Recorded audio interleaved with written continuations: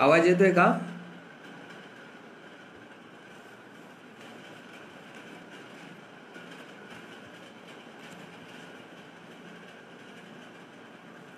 आवाज येतो का?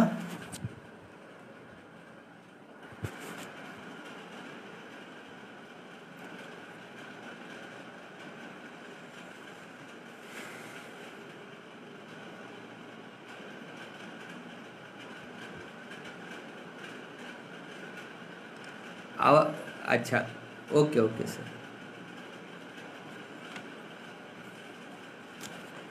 नमस्कार समाज बांधव. जय लवजी, जय भीम, जय अण्णा. विश्वाला शांतीचा संदेश देणारे लॉर्ड गौतम बुद्धा, महाराष्ट्राचे कुलदैवत राजे छत्रपती शिवाजी महाराज, आद्य क्रांतिगुरु वस्ताद लवजी साळवे, दलितांचे उद्धारक राजर्षी शाहू महाराज, राष्ट्रपिता महात्मा ज्योतिबा फुले, कर्मवीर भाऊराव पाटील,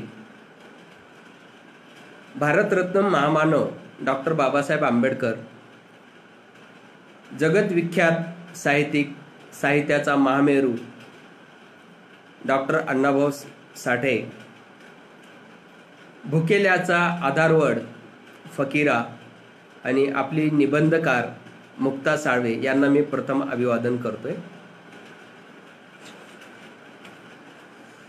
माझ्या मांडणीला सुरुवात करण्या अगोदर मी पुरोगामी विचारमंच महाराष्ट्र राज्य यांचे मनपूर्वक आभार व्यक्त करून कौतुक करतो की त्यांनी सत्यशोधक अण्णाभाऊ साठे यांच्या जन्मशताब्दी निमित्त मातंग समाजाची शैक्षणिक स्थिती व भविष्यातील वेध या विषयावर जे विचारमंथन आयोजित करून समाजाला एक बौद्धिक पर्वणी देण्याचे महत्कार्य हाती घेतले, त्याबद्दल मी त्यांना हॅट्स ऑफ करतोय, मानाचा मुजरा करतोय.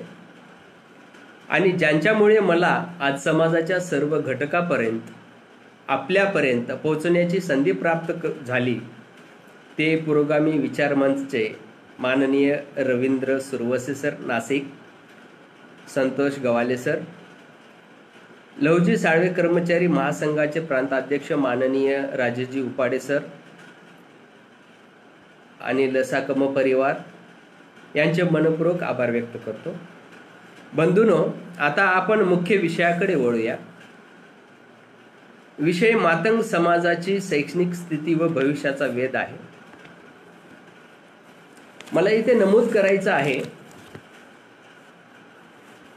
शैक्षणिक स्थिती आपल्या समाजाची विशेषतः याबद्दल बोलताना काही गोष्टीचा मला परामर्श सुद्धा घ्यावा लागेल.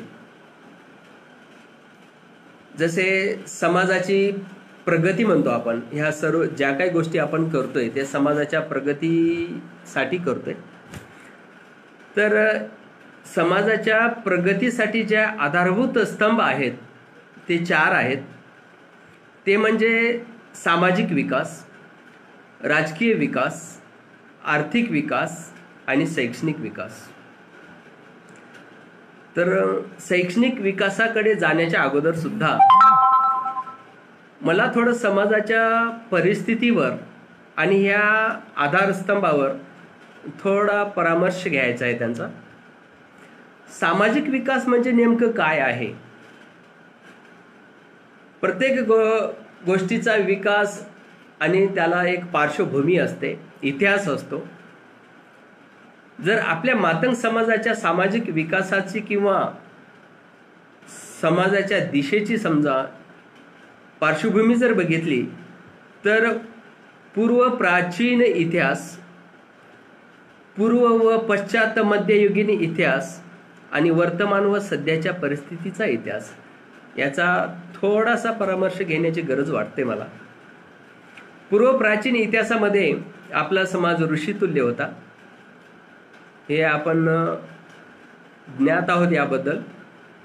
परंतु जेव्हा अलीकडच्या म्हणजे पूर्व मध्ययुगीन काळानंतर आणि पूर्व पश्चाती किंवा पूर्व मध्य काळामध्ये विचार केला तर आपल्या समाजाची वेशी बाहेरचा समाज म्हणून गणना होत होती आणि हाताला काम म्हणून एक दोरखंड वळणे, बलुतेदारी करणे, तिथून सुरुवात झालेली आहे समाजाची.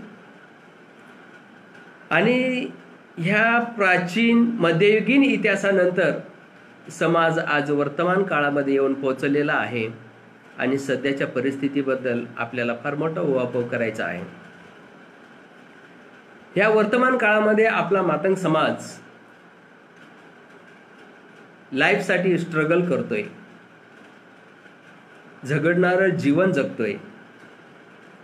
प्रत्येक जण जीवन स्थिर करण्याचा वेग घेत आहे आणि याच वर्तमान काळामध्ये म्हणजे आधुनिक इतिहासामध्ये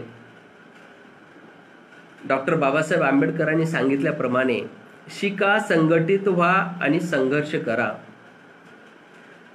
ह्या तीन गोष्टीचा विचार केला.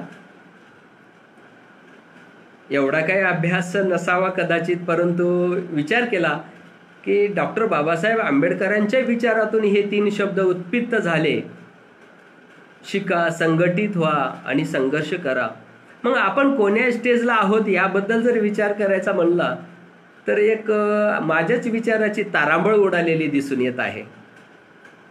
शिका म्हणलं तर आपला समाज कितपत शिकलेला आहे आणि आजच्या परिस्थितीमध्ये आपला समाज संघटित कशा पद्धतीनं झालेला आहे किंवा संघटित झालाच का नाही, हा पण एक प्रश्न आहे. आणि संघर्ष तर करायचाच, तर संघर्षाची ताकद आपली कितपत पोहोचलेली आहे आणि कुठं पोहोचलेली आहे, या 3 शब्दावर फार मोठं विचारमंथन होण्याची गरज आहे. तेव्हा कुठं म्हणू की वर्तमान काळामध्ये आपण कुठंतरी पाय रोवत आहोत. कारण आज समाज संघटन होत आहे. आज मातंग समाजामध्ये, महाराष्ट्रामध्ये जर मातंग समाजाचा विचार केला तर हजारो संघटना आपल्याला दिसून येतील, ज्यामध्ये मला प्रामुख्याने उल्लेख करावासा वाटतो की प्रशासकीय यंत्रणेमधून उभा राहिलेली MGD ग्रुप हा एक महाराष्ट्रातील अग्रेसर संघटना आहे. आज दुसरी लाल सलाम आहे, MG फोरम आहे, लोक स्वराज्य आंदोलन आहे, लोकशाही मानवी हक्क आहे, लहुजी शक्ती सेना आहे, लहुजी साळवे कर्मचारी संघटना आहेत. एवढ्या असंख्य, मला प्रत्येक संघटनेचं नाव घेता येणार नाही, परंतु आपला समाज अशा वेगवेगळ्या संघटनातून पाहावयास मिळतो आणि संघटित होतो. हे कुठेतरी एक दिशा मिळण्याकडे चालणारी बाब आहे असं मला वाटतं. म्हणून ह्यातून हे संघटित होण्यामागचा एक आदर्श भाव आहे. आपला समाज थोडासा शिकला, थोडासा म्हणजे मी आपल्या समाजाची शैक्षणिक स्थितीकडेच धाव घेत असल्यामुळं की न शिकलेला समाज म्हणजे आपला 26.70% येतो जेवढा काही आहे, आणि शिकलेला समाज म्हणजे 73.30% येतो, म्हणजे 2011च्या गणनेनुसार समजा. म्हणून ह्या शिकलेला समाज आज संघटित होत आहे आणि संघटित होत असताना सुद्धा कुठंतरी वाचनाकडे वळतोय आणि एक आदर्श भाव निर्माण करून घेतोय.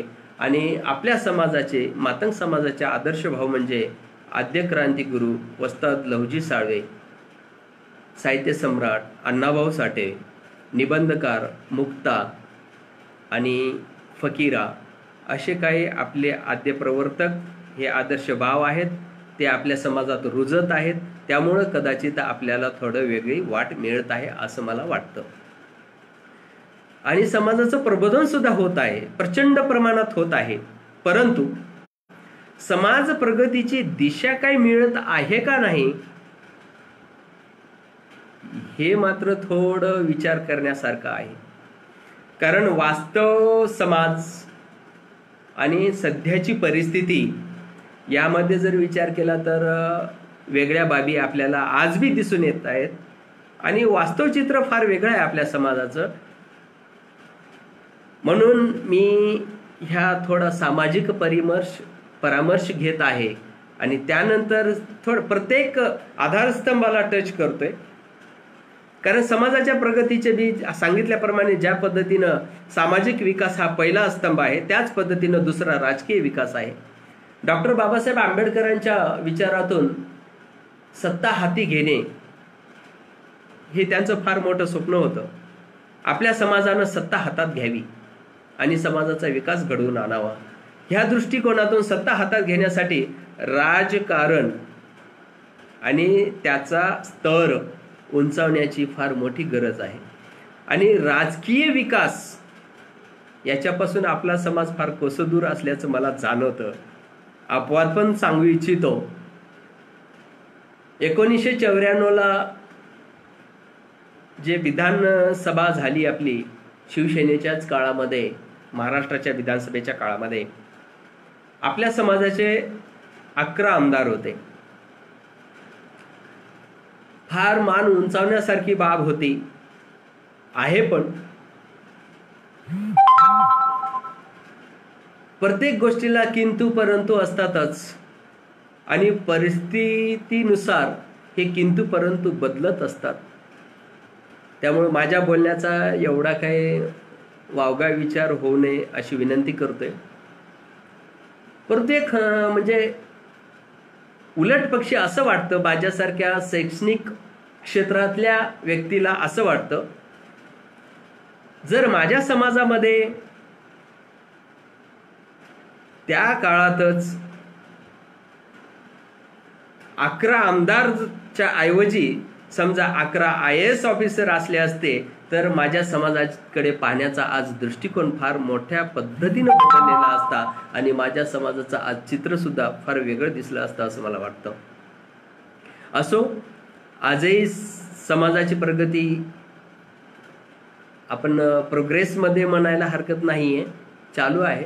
काही गोष्टीचा विचार करता खंत पण वाटते आणि लहान लहान गोष्टी विचारात घेणं पण गरजेचं आहे. त्यासाठीच मी आज थोडा आपल्यासोबत संवाद साधत आहे. विषय दिल्यानुसार ह्या राजकीय विकासापासून खरंच आपण कसं दूर असल्यामुळे आपल्याला राजकीय विकास गाठता येईल का याबद्दल एक फार मोठी पोकळी आहे. ती पोकळी भरून काढण्यासाठी एक प्रगल्भ विचाराची फळी तयार होणं गरजेचं आहे असं मला वाटतं.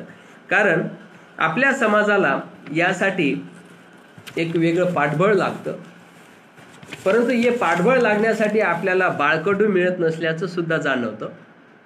राजकीय सत्तेच्या शाळेमधील अभ्यासक्रमच आपल्याला भेटत नाही की काय असं वाटतं, किंवा काही आपल्याकडं लूफॉल्स आहेत की काय याची जाणीव होते. म्हणून याची जाणीव होते. म्हणून ह्या गोष्टीकडे एक वेगळी फळी तयार व्हावी असंही मी इथं उद्बोधित करतोय. तिसरा स्तंभ आहे आपल्या सामाजिक प्रगतीचा आर्थिक विकास. या विकासाबाबत तर माझ्या समाजाची फारच परवड झालेली आहे असे मी ठामपणे म्हणणार आहे. कारण समाजातील काही अपवाद जर सोडली, समाजातील घटकांचे हाल पाहत नाहीयेत. पैसा असेल तर सगळं आहे असे म्हणतात, पण इथं काहीच नाही तर पैसा कुठून येणार आहे ह्या गोष्टीचा फार मोठा विचार होण्याची गरज आहे. आणि आर्थिक विकासाचा खरा स्रोत म्हणजे पहिला आहे शेती, आणि त्यामध्ये आपण जमीनदारही नाहीत आणि वतनदार सुद्धा नाहीयेत. दुसरा स्रोत आहे आर्थिक विकासाचा व्यवसाय. व्यवसायाच्या बाबतीत जर विचार केला, जातीबाहेर आणि कुसाबाहेरचे जे काही धंदे आपल्याला मिळाले, जातीनिहाय व्यवसाय 12 बलुतेदारीप्रमाणे, त्यामध्येच आपण फक्त आपली जीवन पद्धती गुजरली. त्यामधून मात्र आर्थिक विकास काही आपल्या हाताला आला नाहीये. आणि तिसरा स्रोत आहे आर्थिक विकासाचा नोकरी. नोकरी ह्या बाबतीत जर विचार केला तर परत मला पुन्हा शैक्षणिक स्तराकडे वळावं लागेल. तरी याचा थोडा परामर्श घेईन मी. कारण शैक्षणिक विकास आणि नोकरी ह्या दोन्ही गोष्टी परस्पर परावलंबी आहेत नाहीत हे ठामपणे नाही सांगता येत. परंतु मला असं म्हणायचे, शिक्षणाचा विकास झाल्यामध्ये प्रत्येक गोष्ट प्रगतीत होते, परंतु नोकरी मिळाली म्हणजे शिकला किंवा शैक्षणिक प्रगती झाली असं म्हणता येणार नाही असं मला वाटतं. म्हणून आज समाजाचा जर विचार केला तर आपण प्रत्येक पालक, सुज्ञ नागरिक, समाज बांधव याची जाणीव आहे. वरवर पाहता आपल्याला लक्षात येतं की आपला समाज 100% शिकलेला आहे, कारण सगळे शिकत असलेले दिसत आहेत, कोणी आज अडाणी दिसत नाही. परंतु साक्षरतेचा जर विचार केला तर आज आपल्याकडे अडाणीपणा 26.70% आहे, म्हणजे अडाणीपणा आहे.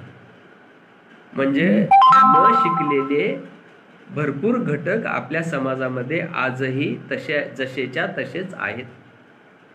म्हणून जेवढा काही समाज शिकत आहे तेवढा समाज म्हणजे 73% समजा, 73% समाज जो काही शिकलेला आहे तो समाज आपण त्याला 100% साक्षर जर गृहीत धरलं तर जेमतेम आपली ही नवीन पिढी, मध्यम पिढीला आपण थोडं बाजूला ठेवली तर नवीन पिढी हे 10वी पर्यंतचं शिक्षण 100% घेत आहेत.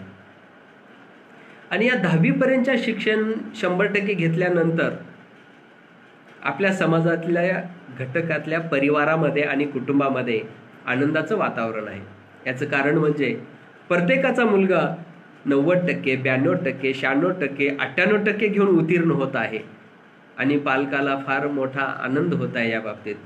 परंतु बाजू वेगळी आहे. 10वी पर्यंत जर आपला समाज, आपली पिढी जर 100% शिकत असेल तर 12वी पर्यंतचा जर विचार केला, एक अभ्यासानुसार आम्ही हाती घेतलेल्या अभ्यासानुसार तर 82 ते 85% विद्यार्थी 12वी पास होतात आपल्या समाजाचे. मग ते तिन्ही शाखेत असू द्या, कला, विज्ञान आणि वाणिज्य. मग विचार पडतो, जर 10वीला जर 100% विद्यार्थी आपली नवीन पिढी सुशिक्षित साक्षर होत आहे तर 12वीला आल्यानंतर हे 15 ते 18% विद्यार्थी जात कुठं आहेत, हे कुणीकडे वळण घेत आहेत,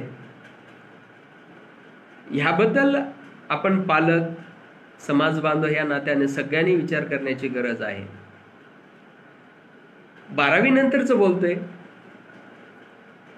12वीला जे 82% विद्यार्थी किंवा 85% विद्यार्थी 12वी उत्तीर्ण झालेले असतात त्याला आपण जर 100% गृहीत धरलं तर हेच विद्यार्थी पदवी आणि पदव्युत्तरचं शिक्षण 50% घ्यायला लागलेत.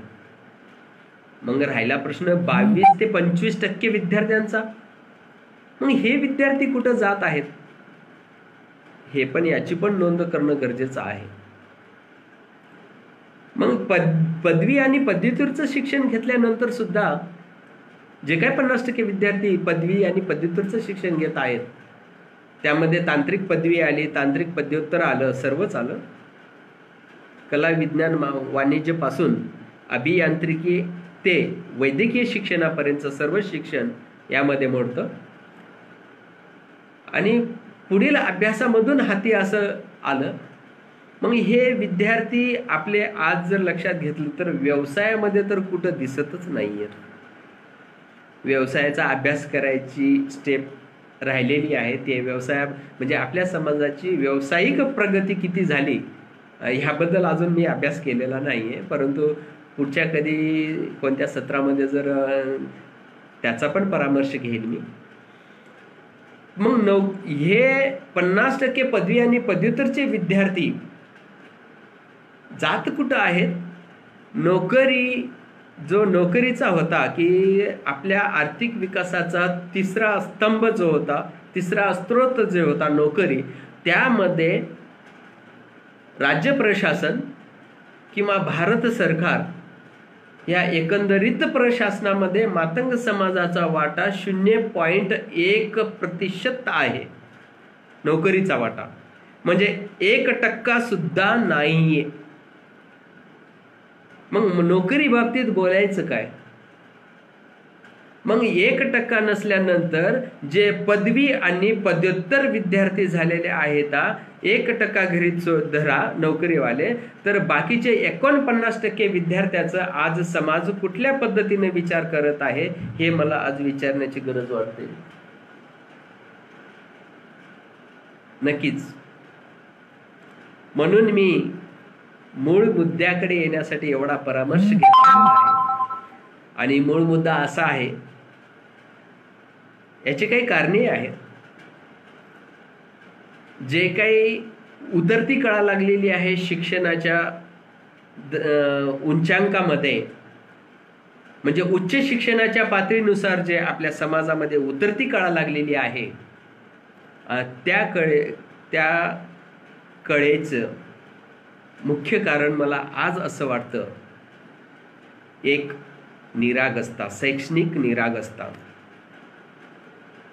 दुसरे ठामपणे सांगायला हरकत नाहीये, भौतिक सुविधा, सुख सुविधा कदाचित आपल्या समाजात त्या अजून 100% पोहोचल्या नाहीयेत, परंतु ज्या काही विज्ञान आणि तंत्रज्ञानाच्या दृष्टिकोनातून आपला देश प्रगती केलेला आहे, त्या प्रगतीमधून जे भौतिक साधनं आपल्याकडे उपलब्ध आहेत, त्या साधनांचा पण वाटा आपल्या अप्रगतीमध्ये आहे, शैक्षणिक अप्रगतीमध्ये असल्याचं कधी कधी जाणवतं. कारण मी विद्यार्थ्यामध्ये ड्वेल करतो, त्यामुळे ह्या गोष्टी मला फार जवळून पाहता येतात. म्हणून मला खास करून ह्या मुद्द्याकडे आता वळत आहे मी. तर खरोखर पुरोगामी विचारमंच महाराष्ट्र राज्य यांनी जो आपल्या समाजाच्या शैक्षणिक शिदोरीचा जो उकल शिदोरी सोडण्यासाठी जे मला पाचारण केलेलं आहे, तर मी खूप आनंदी आहे या बाबतीत की मला तुमच्यापर्यंत पोहोचवता यायला लागले. तर त्या अगोदर मी या विषयाला हात घालत घालत माझ्याशी थोडंसं बोलतोय. मी ग्रामीण भागातील विद्यार्थी आहे.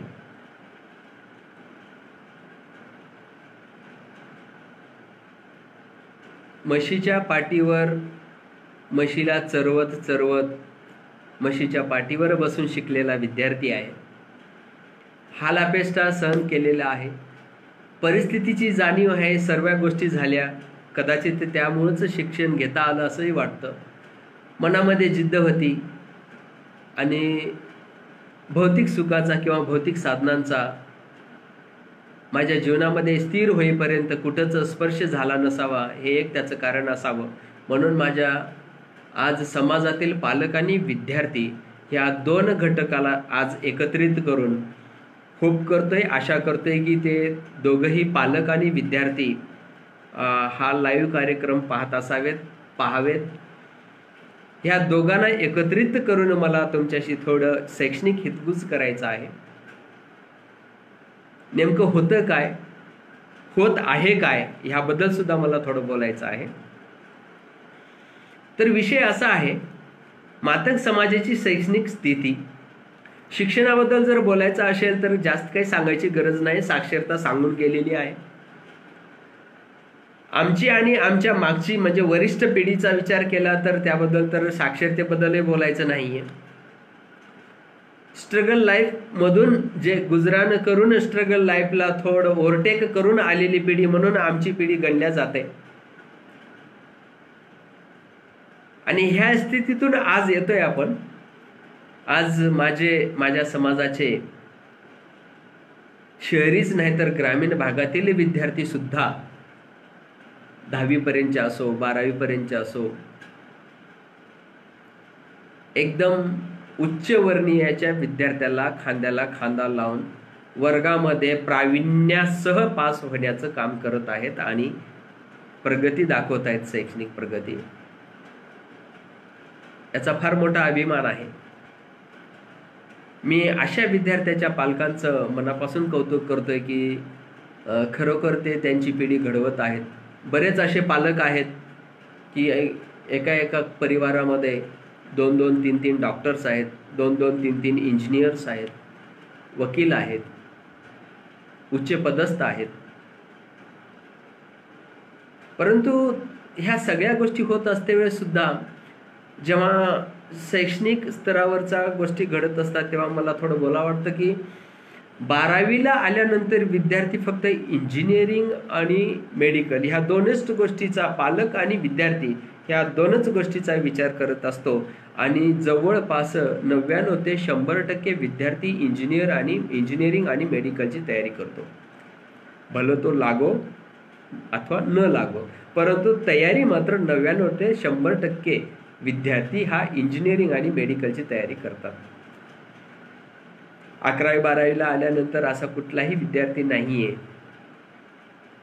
की मी एखादा प्राध्यापक होतो किंवा एखादा शिक्षक होतो किंवा एखादा व्यावसायिक होतो म्हणून तयारी करत असावा.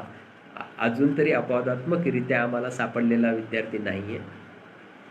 परंतु फार जवळून पाहता विद्यार्थ्याचा सध्याचा उच्च शिक्षणामधील अभ्यास पाहता थोडी आम्हाला पण खंत वाटते, निरागसता येते आणि त्याची कारण मी अगोदरच सांगितलेली आहे.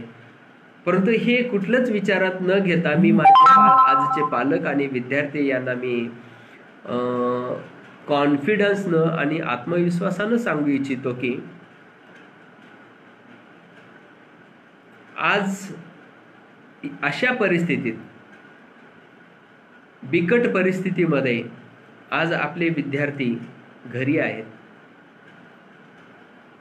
खूप दूरवर शिक्षणाला जाऊन सुद्धा घरी आहेत. आजपर्यंत आपल्या विद्यार्थ्यांनी, आपल्या पाल्याने पालकांच्या आशा पल्लवित करत होते. भविष्यातही करतील, त्यात काही वाद नाहीये. परंतु ह्या कोरोनाच्या प्रादुर्भावाच्या परिस्थितीनं पुढील 1 ते 2 वर्षापर्यंतची परिस्थिती आणि आपल्या समाजाशी निगडीत असलेली स्थिती या दोन्ही गोष्टीचा विचार करता परिस्थिती भयावह आहे. म्हणून आज आपल्याला कलाटणी घेणं गरजेचं आहे, वळण घेणं गरजेचं आहे, आपल्या पाल्यांना एक वेगळी दिशा देणं गरजेचं आहे, त्यांच्या विचारात बदल करणं गरजेचं आहे. आम्ही सुद्धा जेव्हा 10वीपर्यंत शिकलो, 12वीपर्यंत शिकलो, एक शिक्षणातली वेगळी गोडी होती. मला माहिती आहे आज जेवढी स्पर्धा आहे, कॉम्पिटिशन आहे, तेवढी स्पर्धा कदाचित माझ्या काळात नव्हती. परंतु ती एक वेगळीच स्पर्धा होती. म्हणून त्या स्पर्धेतून इथपर्यंत पोहोचलो आणि पोहोचून तुमच्यापर्यंत सुद्धा म्हणजे पालक आणि पाल्यापर्यंत पोहोचण्याची ही परिस्थिती आणि स्थिंतर आमच्यामध्ये आलं. आम्हाला छान वाटलं. सगळ्यात महत्त्वाचा मला मुद्दा हा मांडायचा आहे की आता मी 12वी नंतर पदवी आणि पदव्युत्तर नंतर जे विद्यार्थी नोकरीपासून वंचित राहिलेले आहेत, व्यवसायापासून वंचित आहेत, त्या विद्यार्थ्यासाठीच मी आता खास बोलणार आहे. तर मित्र, मी बऱ्याच विद्यार्थ्यांना विचारत असतो की काय चाललंय, काय करताय. काय नाही सर, ग्रॅज्युएट झालोय, BA झालं, BCom झालं किंवा इंजिनिअरिंग झालेलं आहे, पदव्युत्तर झालंय, MSc झाली, MSW झालेला आहे. असे विद्यार्थी निरंतर मला भेटत असतात आणि मी त्यांच्याशी चर्चा करत असतो. मग पुढे काय असं विचारल्यानंतर सांगतात, सर स्पर्धा परीक्षाची तयारी करीत आहे. मला प्रश्न पडतो, स्पर्धा परीक्षा म्हणजे नेमकं कशाची तयारी करत आहात? त्यात पुन्हा त्यांनी सांगतायत मी MPSCची तयारी करत आहे सर. म्हणजे अशा लिंक बाय लिंक मी विद्यार्थ्याच्या मुळापर्यंत जात असतो, त्याच्या विचाराला कुठेतरी मी टच करत असतो. मग MPSC म्हणजे काय विचारत असतो. मग MPSCचा आराखडा कसा असतो, MPSC मध्ये कुठल्या पदाच्या नोकऱ्या असतात, किती पदं भरल्या जातात, श्रेणी कोणत्या कोणत्या असतात, असं असंख्य प्रश्न विचारल्यानंतर माझा पाल्य अनुत्तरित राहतो. ना त्याला MPSCचा स्ट्रक्चर माहीत आहे, ना त्याला MPSCचा अभ्यासक्रम माहीत आहे, ना त्याला MPSC मध्ये किती श्रेणी आणि पदं आहेत हे माहीत आहे.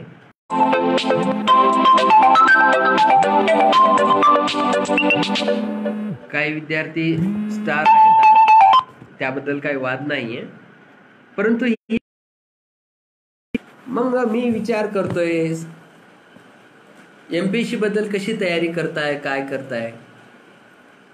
काय नाही सर, हे क्लासेस लावले, ते क्लासेस लावले, किंवा मी स्वतःच घरी अभ्यास करतोय, क्लासेसची परिस्थिती नाहीये. अशा पद्धतीचा सुसंवाद सुद्धा माझ्यात आणि पाल्यात होत असतो माझ्या. मला तुम्हाला हे पण जाणीव करून द्यायची आहे, म्हणजे माहिती करून द्यायची आहे. मी UPSC ॲस्पायरंट आहे.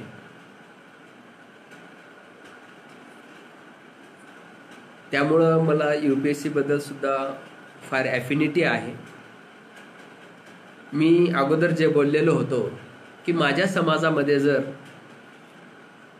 तेवढे IAS ऑफिसर असले असते तर माझ्या समाजाकडे बघण्याचा दृष्टिकोन बदललेला असता.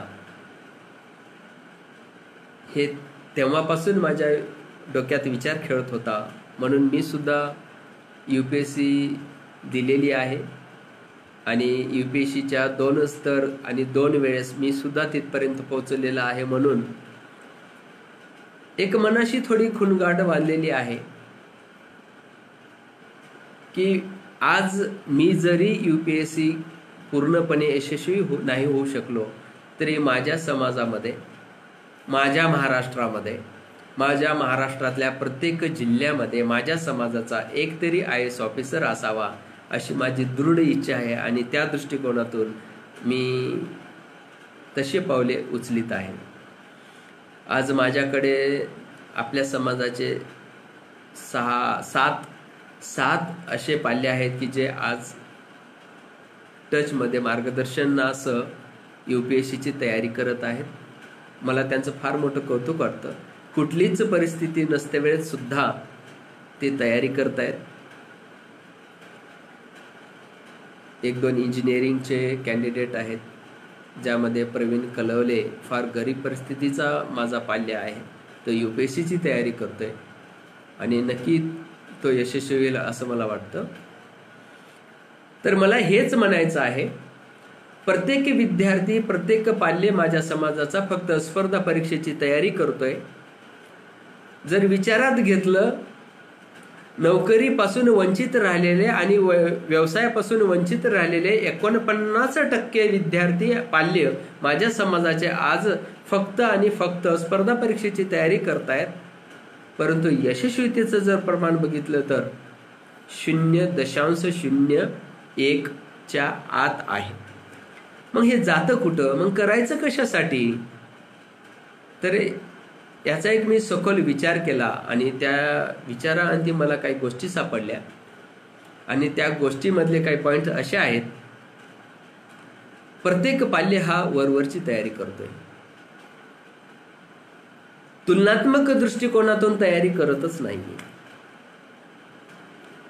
तुलनात्मक दृष्टिकोनातून जर तयारी केला असतं तर आज खरोखर माझा प्रत्येक विद्यार्थी प्रत्येक जिल्ह्यामध्ये एक तरी IAS ॲस्पायरंट राहिला असता आणि होईल पण. म्हणून माझ्या समाजातील पाल्य आणि माझे पालक यांना मी नम्रपणे विनंती करतोय की स्पर्धा परीक्षेच्या 2 तुलना करा. मी ते सांगतो तुम्हाला. 2 तुलना म्हणजे MPSC आणि UPSC. MPSC आणि UPSC हे पूर्वीच्या काळामध्ये डिफरंट होत्या, एकदम डिफरंट.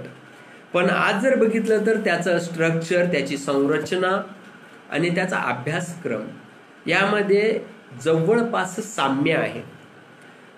परंतु माझा पाल्य म्हणतो UPSC नाही सर, शक्य नाहीये, नाही ते तेवढा आवाका माझा नाहीये, असं माझा प्रत्येक पाल्य आणि विद्यार्थी म्हणतोय. पण मी विद्यार्थ्यासाठीच हा शैक्षणिक संवादामध्ये मी बोलत आहे, माझे पालक आणि पाल्यासाठी, खास माझ्या समाजाच्या.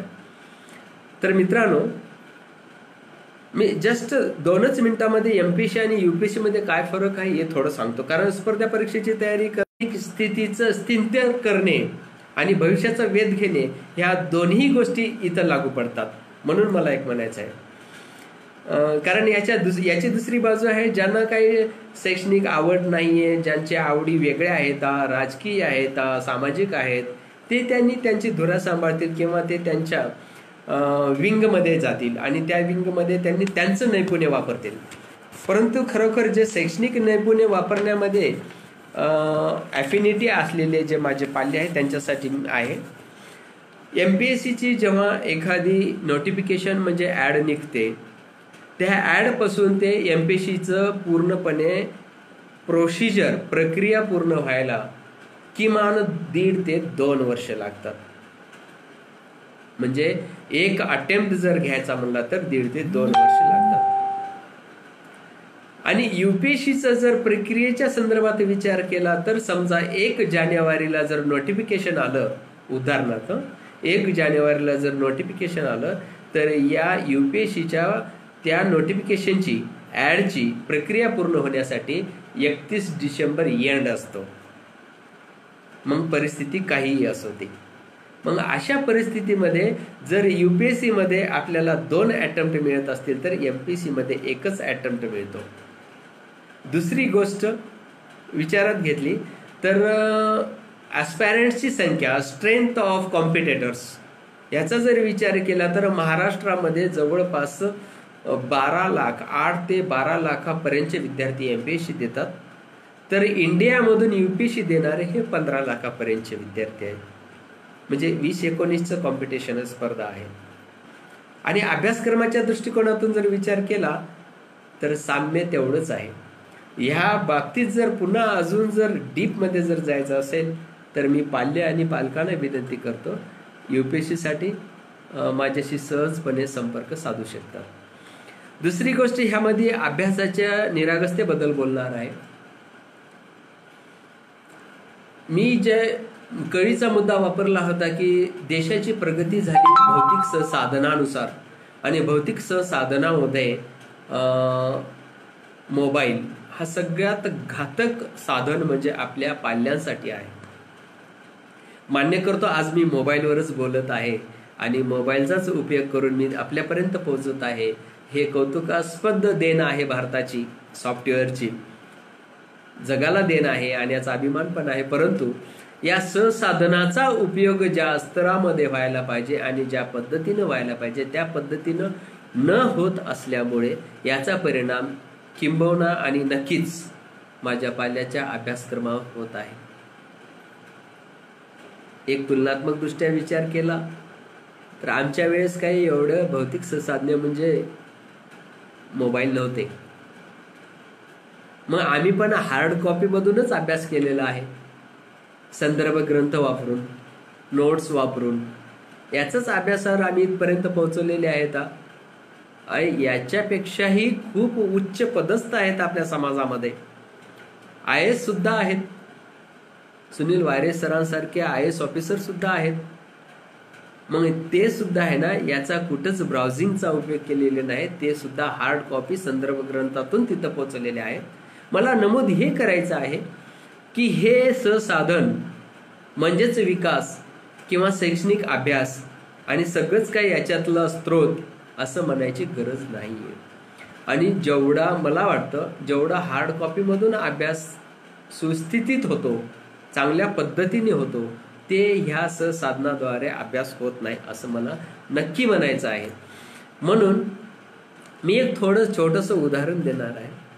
आज माझा पाल्य आणि पालक यामध्ये एक जनरेशन गॅप तयार झालेली आहे आणि या जनरेशन गॅपही कुठंतरी या शैक्षणिक विकासामध्ये आडसर होते की काय की असं मला वाटतं.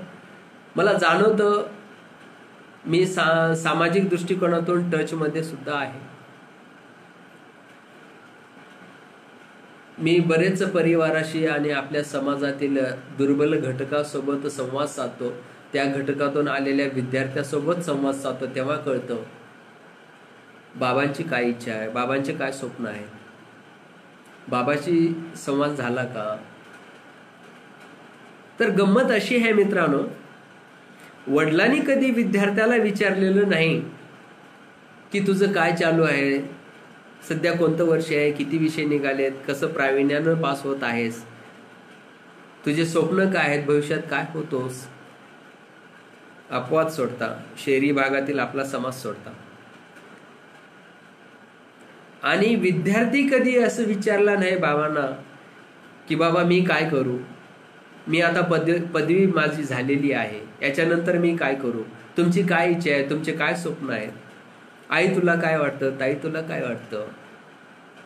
एक घरामध्ये जे आई बाबा ताई भाऊ दादा यांच्यामधला जो जनरेशनचा सुसंवाद म्हणजे जनरेशन गॅप निर्माण होत आहे, हे सुद्धा एक कारण आहे की आपल्या शैक्षणिक विकासामध्ये प्रगती होत नाही. जर हा जनरेशन गॅप जर भरून काढला तर आपण डेफिनेटली आपल्या विषयाशी कनेक्टेड राहू, आपल्या विषयावर फोकस आणि कॉन्सन्ट्रेट करू शकू आणि आपल्या वडिलांची किंवा आपल्या परिवाराची किंवा आपल्या परिवारातील सर्व सदस्यांची स्वप्न पूर्ण करू आणि आपली स्वतःची सुद्धा स्वप्न पूर्ण करू शकतो. अशा पद्धतीचं नियोजन, डिसिजन मेकिंग आणि प्लॅनिंग ह्या गोष्टी जर आपल्याला निरंतरपणे करता आल्या आणि आपल्याकडे काही डिसिप्लिनरी गोष्टी जर ठेवता आल्या तर ह्या गोष्टीचा नक्कीच आपल्याला फायदा होतो असं मला म्हणायचं आहे. दुसरी गोष्ट असं मला इथं म्हणायचं आहे की विद्यार्थ्यामध्येच मला विद्यार्थ्यांना दोष नाही द्यायचा आहे. आज माझे विद्यार्थी, माझे पाल्य भरपूर प्रगती करत आहेत, त्यांच्यामध्ये जिनियसपणा भरपूर प्रमाणात आहे. मग हे जिनियसपणा असून सुद्धा आहे ना, पुढे गाडी का थांबत आहे हे कळत नाहीये. गाडी पुढे थांबते याचं कारण मला थोडं काही गोष्टीमध्ये कळालेलं आहे. सगळ्यात महत्वाची गोष्ट म्हणजे जे आमच्या काळामध्ये मूल्य शिक्षण होतं ते मूल्य शिक्षणाची धार आजच्या पिढीपर्यंत कुठंतरी बारीकशी झालेली आहे. पोहोचतेच का नाही हे कळत नाहीये. किंबहुना वेगळ्या पद्धतीचं मूल्य शिक्षण असावे की काय की असंही वाटतं. म्हणून त्या मूल्य शिक्षणामधून जे सेल्फ रेग्युलेशन नावाची गोष्ट, ज्याला सेल्फ डिसिप्लिन असे म्हणतो, स्वयंनियमन असे म्हणतो, त्या गोष्टी आज आमच्या समाजामध्ये किंवा आपल्या पाल्यामध्ये किंवा आपल्या कुटुंबामध्ये औपचारिकरित्या दिसतं. म्हणजे स्वतःला एका शिस्तीमध्ये ठेवण्याच्या गोष्टी, आणि हे सगळं जर उद्दिष्ट बांधलं तरच होत असते आणि तीच गोष्ट आज कमी पडते. दुसरं आहे वैयक्तिक ज्ञान, म्हणजे त्याला पर्सनल नॉलेज म्हणतो, आणि कौशल्य स्किल, ह्या दोन्ही गोष्टीचा आज प्रत्येक जण शाळेत गेला की ट्युशन आहे, शाळेत गेला पहिलीपासून की त्याला ट्युशन आहे. म्हणजे स्वयं कौशल्यातून विकास होत नाही विद्यार्थ्याचा. स्वतः तो रीड करू शकत नाहीये, स्वतः रीड करण्याचा कल नाहीये. म्हणून स्वयं रीडिंग आणि स्वयं कौशल्य वाढविण्याची आज गरज आहे. माझे पालक बंधूंनो, खरंच विद्यार्थ्यांमध्ये ह्या गोष्टी रुजवण्याची गरज आहे असं मला वाटतं. कारण आपण काय करतोय, या भौतिक सुखामध्ये आहे ना, आपण एका कोपऱ्यात आहोत, घरातल्या मुलं एका कोपऱ्यात आहेत, बाकीचे सदस्य एका कोपऱ्यात आहेत. हे एका रूममध्ये राहून सुद्धा कोपरे मात्र बाजूला जात आहेत. म्हणूनच ह्या गोष्टीचा सुद्धा कुठेतरी आपल्या शैक्षणिक विकासामध्ये अडचण निर्माण होते की काय की असं वाटत आहे. आणि ज्याला कल्चरल कॉम्पिटिशन असं म्हणतो, तर हे कल्चरल कॉम्पिट म्हणजे सांस्कृतिक मूल्य, ह्याला कुठेतरी आपण आधुनिक किंवा चंगळवादाचं स्वरूप देऊन याला विसरत आहोत. सांस्कृतिक मूल्य म्हणून ह्यामुळे काय होतं, सांस्कृतिक मूल्य जर विसरत गेलो तर आपण वरिष्ठांसोबत जो रिस्पेक्ट आहे आणि लहान्यासोबत जे प्रेमभावना आहेत, ह्या दोन्ही गोष्टी मग ह्या गॅपमध्ये करत असतेवेळेस मग आता काय करायचं, तर आपल्याला प्लॅनिंग करायची आहे, एक नियोजन करायचं आहे, आणि दुसरं आहे एक निर्णय क्षमता वाढवायची आहे. आणि ती निर्णय क्षमता आपल्याला एक डेडलाईनवर ठेवायची आहे. म्हणून माझ्या विद्यार्थ्याला सांगतो, स्पर्धा परीक्षेची तयारी करा. सर्वच काय स्पर्धा परीक्षेची तयारी करून सर्वच काय IAS ऑफिसर होणार नाही त्याची मला जाणीव आहे. सर्वच क्लास 1 श्रेणी अ, क्लास 2 श्रेणी ब याही पदावर जाणार नाहीत याची मला जाणीव आहे. परंतु जे कोणी जातील ते मात्र आपल्या समाजाच्या विकासामध्ये कारणीभूत ठरतील असं मला म्हणायचं आहे. म्हणून ज्या पाल्यामध्ये, ज्या परिवारामध्ये ताकद आहे, कुवत आहे पुढील वाटचालीची आणि आवड आहे, इंटरेस्ट आहे, ज्या पाल्यामध्ये की MPSC UPSC द्वारे प्रशासनामध्ये जाऊन समाजाचा विकास करण्याची जिद्द आहे, अशा विद्यार्थ्यांनी मात्र तिकडं धाव घेऊन आपल्या समाजाच्या शैक्षणिकतेचा वेध घेण्याची गरज आहे. आज मला इथं प्रामाणिकपणे मांडावं वाटतं. आणि खरोखर मी सुद्धा स्पर्धा परीक्षेचा पछाडलेला विद्यार्थी होतो आणि आजही स्पर्धा परीक्षेचा पछाडलेलाच आहे. आणि आज माझ्याकडे जवळपास 500च्या वर विद्यार्थी स्पर्धा परीक्षेची तयारी करतात आणि हे विद्यार्थी म्हणजे सर्व समाजातील आहे. मग आपल्याच समाजामध्ये जर विकास करून घ्यायचा असेल आणि आपल्याच समाजामध्ये कुठं शैक्षणिक दिशा जर बदलायची असेल तर माझी तळमळसुद्धा आहे की माझं कुठंतरी समाजाप्रती कॉन्ट्रीब्युशन असावं आणि माझ्या समाजाप्रती कुठेतरी एक योगदान असावं. आणि ह्या योगदानाप्रतीच, ह्या तळमळीप्रतीच मी आज कुठंतरी व्यासपीठ मिळावं म्हणून समाजामध्ये वावरत आहे. आणि ह्या समाजामध्ये वावरत असते वेळेस लहुजी कर्मचारी महासंघ परभणी जिल्हा यातून मी थोडा शैक्षणिक बाबतीत, सामाजिक बाबतीत जे हा परिवार लसाकमचा परिवार आहे ते आम्ही हातभार लावत आहोत. आम्ही प्रत्येक वेळेस विद्यार्थ्यासाठी काय करता येते हा विचार विनिमय करत असतो. आणि हे लसाकम परिवार मागील खूप वर्षापासून विद्यार्थ्यासाठी युवा परिषद घेतलेली आहे, त्याच पद्धतीने महिला परिषद घेतलेली आहे. आपल्या समाजातील महिला या बाबतीत सुद्धा बोलत असते वेळेस मला याची पण इथं हा पण उल्लेख करावा लागतो. आता आज माझे बरेच मित्रमंडळी ॲग्रिकॉस जे म्हणतोय, जे मला लाईव्हली आज पाहत असतील त्यांना ह्या गोष्टी माहीत आहेत. माझ्या विद्यापीठामध्ये जवळपास 300 विद्यार्थ्याची स्ट्रेंथ असते. 300 विद्यार्थ्याच्या स्ट्रेंथमध्ये 13% प्रमाणामध्ये जवळपास 50 विद्यार्थी हे आपल्या वर्गाला अनुसूचित जातीला येतात. या 50 विद्यार्थ्यांमध्ये आम्ही विचार केला तर 1 ना 2 विद्यार्थी आपल्या समाजाचे म्हणजे मातंग समाजाचे शिकायला येतात, कृषी शिक्षण घ्यायला येतात. याचं कारण कधी कधी कळतही नाहीये. शेती नसल्यामुळे येत नाहीत का, कुठली आवड नसल्यामुळे येत नाहीत का, ह्या टप्प्यापर्यंतच पोहोचत नाहीत. तर ह्या गोष्टी, आणि कृषी एक असं शिक्षण आहे, मला अभिमानाने सांगावं वाटतं. कला, विज्ञान आणि वाणिज्य म्हणजे आर्ट्स, कॉमर्स, सायन्स ह्या फॅकल्टीमध्ये आपण 3ही वर्षामध्ये विविध पद्धतीचे 6 विषय शिकत असतो.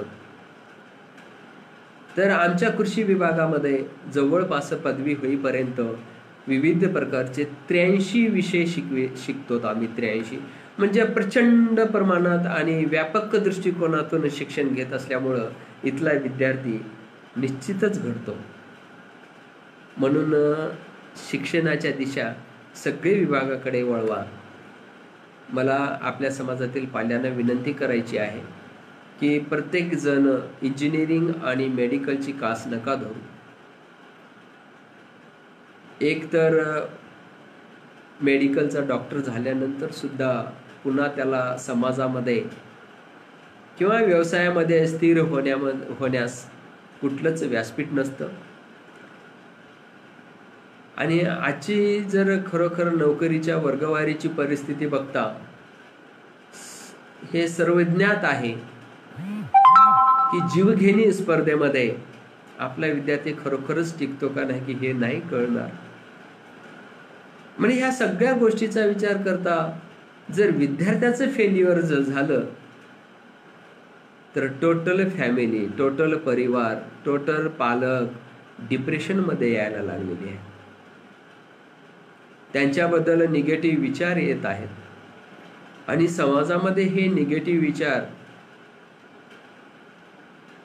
करणे पाल्याच्या दृष्टीनं आणि पालकांच्या दृष्टीनं आणि कुटुंब परिवाराच्या दृष्टीनं सुद्धा फार भयावह आहे. म्हणून आपल्या विद्यार्थ्याच्या आपल्या पाल्यांच्या कुवतीनुसार ज्या क्षेत्रामध्ये तो प्रावीण्य मिळू शकतो, ज्या क्षेत्रामध्ये आवड आहे त्याची, त्या क्षेत्रामध्ये जर तो विद्यार्थी खरोखरच उच्च प्रावीण्याने जर उत्तीर्ण झाला किंवा तिथं जर यशस्वी झाला तर याच्या इतकी सामाजिक प्रगती कशालाच म्हणणार नाहीत अशी मी सामाजिक प्रगतीची व्याख्या करू इच्छितो. कारण आज सर्व समाजातील सर्व कुटुंब, सर्व समाज घटक एक क्लोज लाईफ सिस्टीम मध्ये जगत आहेत. पूर्वी एकत्रित होते, सांघिक पद्धती होती, सांघिक कुटुंब पद्धती होत्या, संयुक्त होत्या.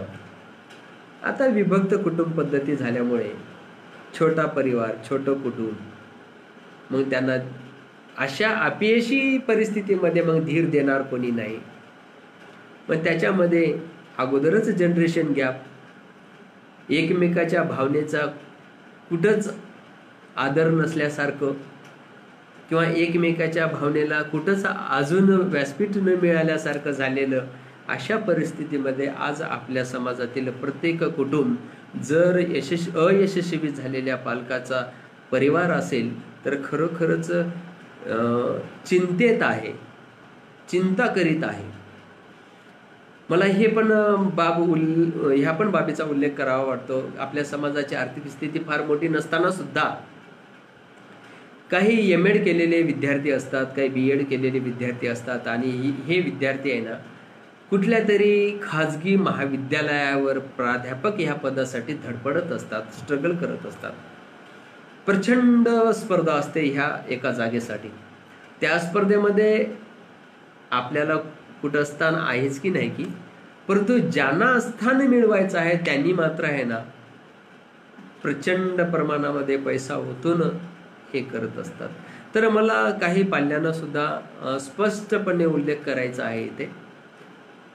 सर्व काही माझ्या गोष्टी साध्य होतीलच असं म्हणायचं नाहीये किंवा मला असं पण म्हणायचं नाही की what I am going to deliver here it is very perfect असं पण म्हणायचं नाहीये. परंतु थोडा विचार करू शकतो आपण. एखाद्या खाजगी महाविद्यालयावर आपला BEd किंवा MAd किंवा कुठलाही पदवीधर झालेल्या विद्यार्थ्याला पाल्याला लावत असते वेळेस आपण जर भरमसाठ पैसा मोजत असाल तर त्याच्या बाबतीत थोडं कुठंतरी विचार व्हावा. तर कुठेतरी अस्पष्टतेनं सांगता येणारं म्हणजे 20 लाख 25 लाख अशा पद्धतीनं जेव्हा आपण पैसा ओतून कुठेतरी खाजगी महाविद्यालयावर आपण कुठेतरी नोकरी करण्याचा विचार करत असतो तेव्हा मात्र नक्की माझ्या पाल्यांनी विचार करावा आणि पालकांनी सुद्धा विचार करावा.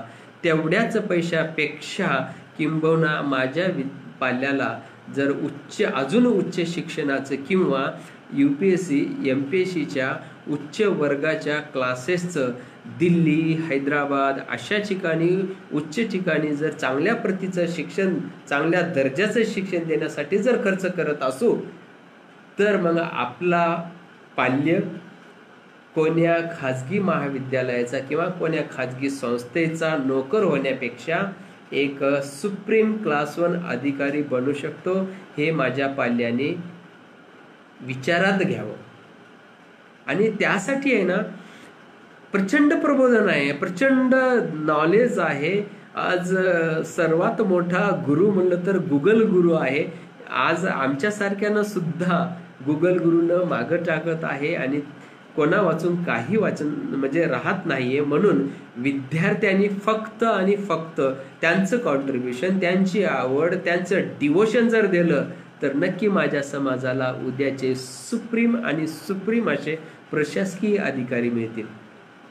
आज असे प्रशासकीय अधिकारी जे या कोविड-19च्या प्रादुर्भावामध्ये, मला कोणाला कमी किंवा जास्त लेखायचं नाहीये, परंतु जे काय जिल्हा प्रशासन किंवा जे काय महाराष्ट्राच्या प्रशासनाची उत्तम भूमिका पार पाडत आहेत ते फक्त आणि फक्त IAS कॅडरचे IAS ऑफिसर्स, त्यानंतर MPSC कॅडरमधले श्रेणी अ आणि 2चे ऑफिसर्स हे आहेत. म्हणजे आज आपण हे प्रशासनातले सत्ताधारी असल्यासारखे आहेत आणि आपण समाजाला दिशा देऊ शकतो असं मला या शैक्षणिक विवंचनेतून वाटतं.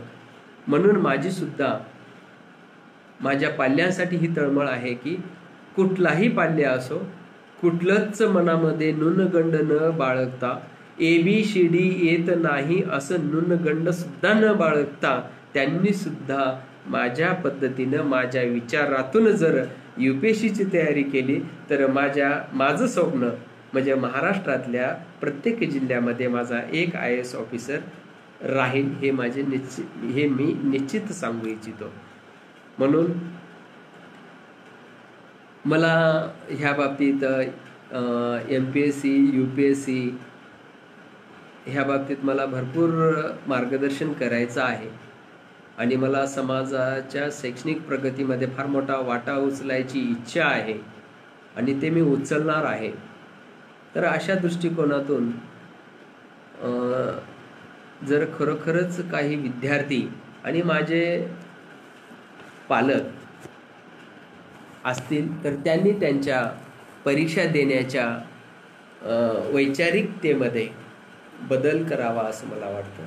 त्यांच्या आवडीनिवडीचा परत एकदा विचार करावा. मला माहिती आहे सगळं काही ठीक आणि सगळं काय दर्जेदारच होतं असंही नाहीये, परंतु प्रयत्न केल्यास मात्र नक्की सगळं काय मिळतं एवढं मला कळतं. कारण प्रयत्नांतीच मी इथपर्यंत पोहोचलेलं आहे. याचे साक्षीदार माझे सगळे सहकारी आहेत हे पण लक्षात येतं. परंतु माझे काही स्वप्न राहून गेलेले आहेत IASची, त्यामुळे मी ही माझी तळमळ तिथपर्यंत पोचावी आणि तमाम महाराष्ट्रामधील सर्व माझ्या मातंग समाजाचे संघटक यांना मी विनंती करू इच्छितो. तमाम महाराष्ट्रातील शैक्षणिक संस्थातील सर्व माझे शास्त्रज्ञ, तज्ज्ञ, विभाग प्रमुख, प्राध्यापक या सर्वांना पण मी नम्रपणे विनंती करू इच्छितो की आजपासून आपण याची सुरुवात करूया. बिकट परिस्थितीवर आणि समाजाची एक वेगळी परिस्थिती बदलण्यासाठी, समाजाला दिशा देण्यासाठी आपल्या संस्थेमध्ये, आपल्या महाविद्यालयामध्ये आपला विद्यार्थी आपल्यापासून वंचित राहता कामा नये ही काळजी घेणं, याची आपण आज शपथ घेऊया. भला आपला विद्यार्थी ज्ञानाच्या बाबतीत त्याला अ ब कडही येत नसेल आणि ABCD ही येत नसेल, अशा विद्यार्थ्याचा हौसला वाढविण्याची आणि त्याला आत्मनिर्भर करणे आणि त्याचा आत्मविश्वास उंचावण्याची जबाबदारी जर आपण सर्व प्राध्यापक मंडळींनी जर घेतली तर आनंदाचे, प्रगतीचे दिवस दूर असणार नाहीत असं मला वाटतं. त्याला एक डेडलाईन ठेवू आपण. तर ही डेडलाईन मी 2025ची देऊ इच्छितो. 2025 पर्यंत नक्कीच माझ्या समाजामध्ये एक उच्च दर्जाचे अधिकारी वर्ग, प्रत्येक जिल्ह्यामध्ये एक UPSC द्वारे नियुक्त होईल. IAS कॅडरचा असेल. तर एवढी मी आशा व्यक्त करतो. त्यामुळं ह्या समाजाच्या प्रगतीचे जे 4 अंग आहेत, विंग आहेत, ते म्हणजे सोशल डेव्हलपमेंट, आपलं इकॉनॉमिक्स आहे आणि एज्युकेशनल आहे. या सगळ्या गोष्टीचा परामर्श फार मोठा डोलारा आहे. हा मोठा डोलाराचा विचार करताना तारांबळ तर उडणार आहे, परंतु आपण छोट्या छोट्या गोष्टीचं जर नियोजन करत गेलो आणि छोट्या छोट्या गोष्टीला जर आपण डेडलाईन देत गेलो, तर ह्या डेडलाईन म्हणजे एक निश्चित कालावधी, तर ह्या डेडलाईननुसार आपण सर्व साध्य करू शकतो.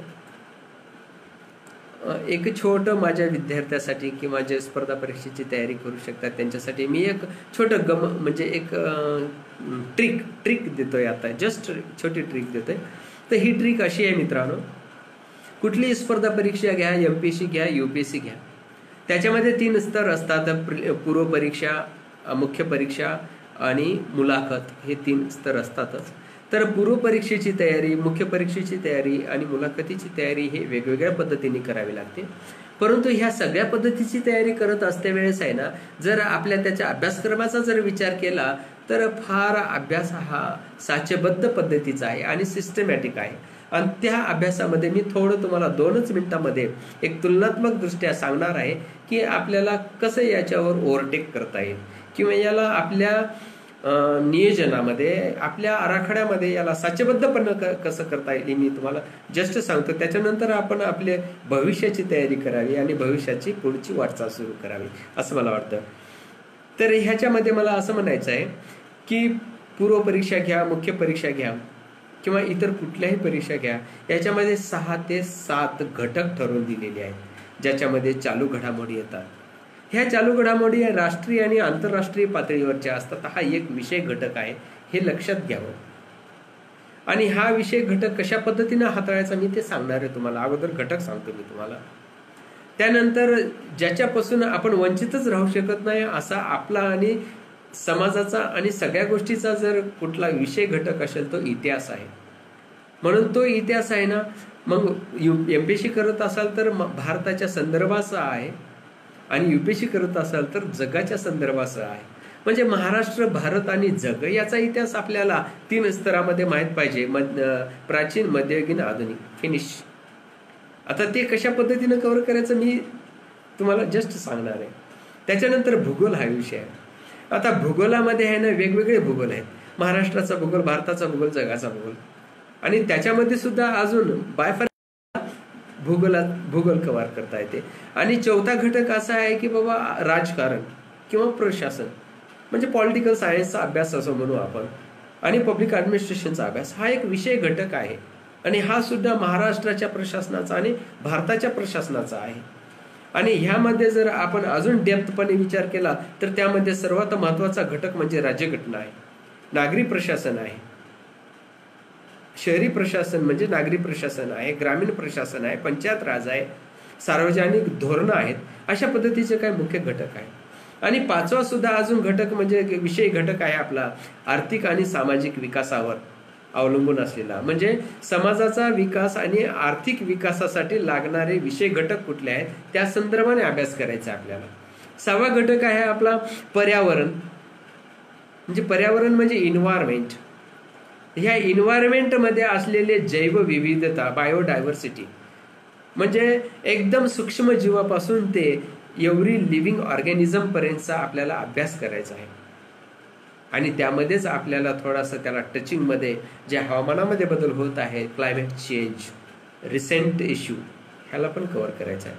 आणि 7वा म्हणजे सामान्य विज्ञान, सायन्स अँड टेक्नॉलॉजी. हे पूर्व परीक्षेमध्ये सुद्धा अशा पद्धतीनं कव्हर करता येतात. मुख्य परीक्षेमध्ये सुद्धा ह्याच घटकाचा परामर्श परंतु विस्तारित असतो. आणि अशा पद्धतीने हे जर एवढीच कव्हरिंग, याचं फाउंडेशन आपण जर तयार केलो तर हे फाउंडेशन जबरदस्त होऊ शकतं. आणि याची प्लॅनिंग करणं गरजेचं आहे. ही प्लॅनिंग कशी करायची? आपल्याकडे 7 घटक मी सांगितलेले करेक्ट. मग चालू घडामोडी जो हा पहिला घटक आहे याला दिवसेंदिवस प्रत्येक 1 तास द्यायचा आहे. उरलेले 6 घटक आहेत, महिन्यातून एकदा पर्दाफाश करायचा आहे. इतिहास घेतलं तर एका महिन्यामध्ये आधुनिक भारताचा इतिहास, प्राचीन इतिहास, मध्ययुगीन इतिहास फिनिश झाला पाहिजे. त्याचा फडशा पाडला पाहिजे. भूगोल घेतलं तर कम्प्लीट भूगोल फिनिश एका महिन्यात. म्हणजे असे टोटल महिन्यामध्ये एखाद्या विषयाचा फडशा पाडला तर आपला कॉन्फिडन्स सुद्धा वाढेल, आत्मविश्वास वाढेल आणि एक अभ्यासाची वेगळी कौशल्यतापूर्ण आपल्याला नवीन स्किल मिळेल, वेगळी दिशा मिळेल. आणि ह्या दिशेप्रमाणे एका महिन्यामध्ये जर आपण पूर्ण एक घटक जर कव्हर करत गेलो तर 6 महिन्यामध्ये आपण पूर्णपणे पूर्वपरीक्षा, 6 महिन्यामध्ये पूर्णपणे मुख्य परीक्षा, म्हणजे कुठल्याही स्पर्धा परीक्षेची MPSC असो UPSC असो एका वर्षामध्ये कंप्लीट आणि परफेक्ट तयारी करू शकतो, याची मी ग्वाही देतो. Only you should plan with our graphics. Yes, exact. हे माझ्या फक्त पाल्यांसाठी होतं. तर दुसरी गोष्ट, ज्या भौतिक सुखाचा मी उल्लेख केला, संज्ञा होते, त्याचा कमीत कमी वापर आणि वेळेमध्ये वापर. 24 तास आहेत आपल्याकडे.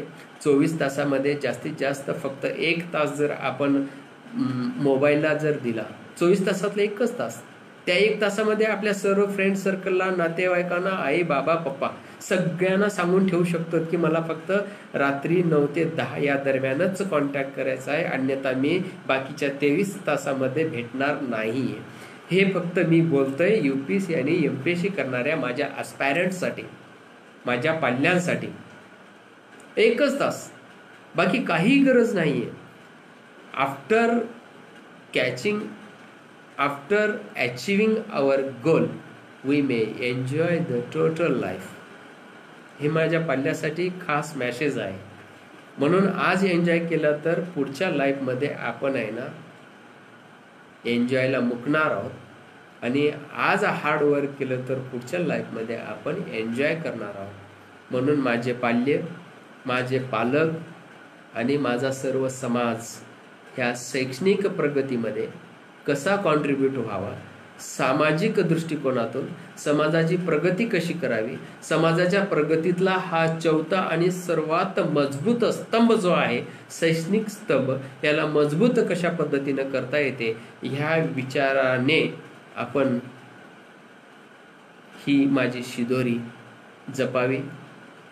आणि मी सर्वांना विनंती करतो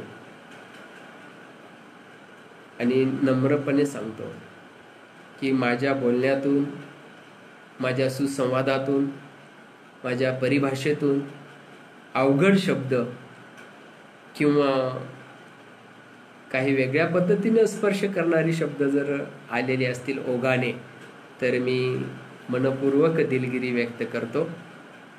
आज